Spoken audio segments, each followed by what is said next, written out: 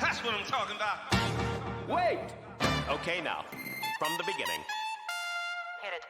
Hello my friend et bienvenue sur Kevlar Diet. Aujourd'hui on va parler d'un thème que forcément une fois dans ta vie tu t'es posé cette question-là.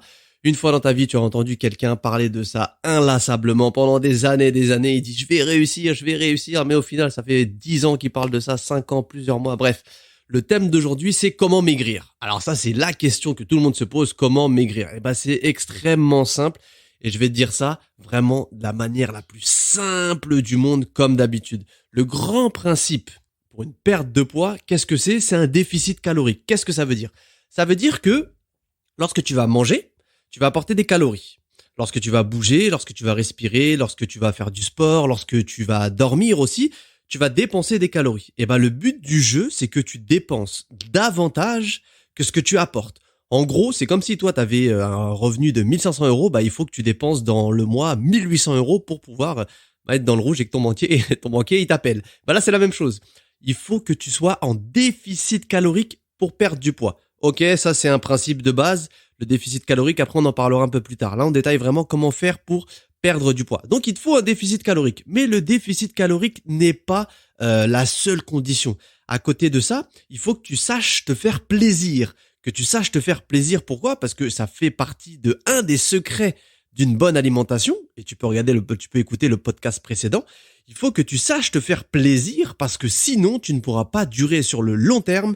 Et du coup, tu vas craquer et tous les mois, tu vas te dire, oh là là, j'ai perdu du poids, mais là, j'ai craqué, je reprends. Tu vas vraiment rentrer dans un cercle vicieux dans lequel tu vas pas sortir et tu vas rester pendant des années à prendre, perdre. Tu vas faire l'effet yo-yo et tu vas te retrouver à 30, 40, 50 ans. À avoir complètement bousillé ton métabolisme et à ne plus savoir perdre du poids. Donc, le plus important, c'est un déficit calorique et savoir te faire plaisir. Mais à côté de cela, qu'est-ce que toi tu peux faire ? C'est rajouter de l'activité physique. Et tu noteras bien que j'ai dit activité physique et je n'ai pas dit sport. C'est complètement différent. Quand on dit sport, on part à aller dans une salle de sport, courir, soulever des haltères. C'est pas ça. Activité physique, ça veut dire que tu fais travailler ton corps. Aller au travail à pied, c'est de l'activité physique. Faire les courses avec ses enfants en poussant le caddie, c'est une activité physique. Faire le ménage, passer l'aspirateur, c'est une activité physique. Et ça, je peux t'en sortir plein. Bref, faire une activité, peu importe, ça peut être de la danse, ça peut être ce que tu veux, mais il faut bouger. Pourquoi ? Parce que oui, tu vas dépenser des calories en bougeant, ça on le sait. Par contre, et pour les personnes qui ont suivi les stories sur Instagram sur Kevlar Diet, elles ont vu que lorsque j'avais fait ma sortie à vélo pendant 2 heures, j'avais brûlé que 1200 calories. Donc 2 heures à vélo à fond pour seulement 1200 calories, sachant que si tu manges des gâteaux, tu peux complètement exploser ton score. Tu vois qu'il y a une limite. Et en fait, pour la dépense calorique avec ton activité physique, c'est bien, mais c'est pas ça le plus important. Le plus important, c'est que ça va stimuler ton métabolisme de base. Le métabolisme de base, c'est ce qui te fait consommer le plus de calories dans la journée.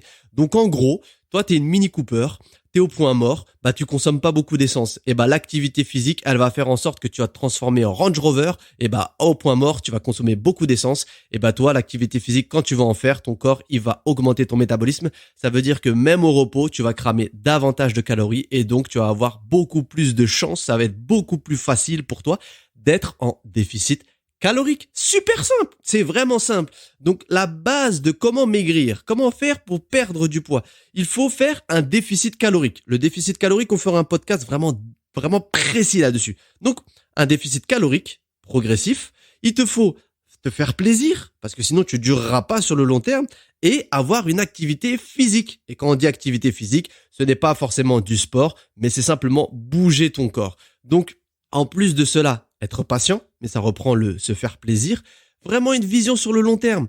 Tu as fait pendant 6 mois, 7 mois, 10 mois, 1 an, t'as pas fait attention à ce que tu mangeais. C'est pas comme ça, boum, en un claquement de doigts que tu vas pouvoir reperdre ton poids d'un coup. Non, ça n'existe pas. Ça prendra le temps que ça prendra, mais sache que les choses qui sont faites sur le long terme, elles durent. Ça bouge pas.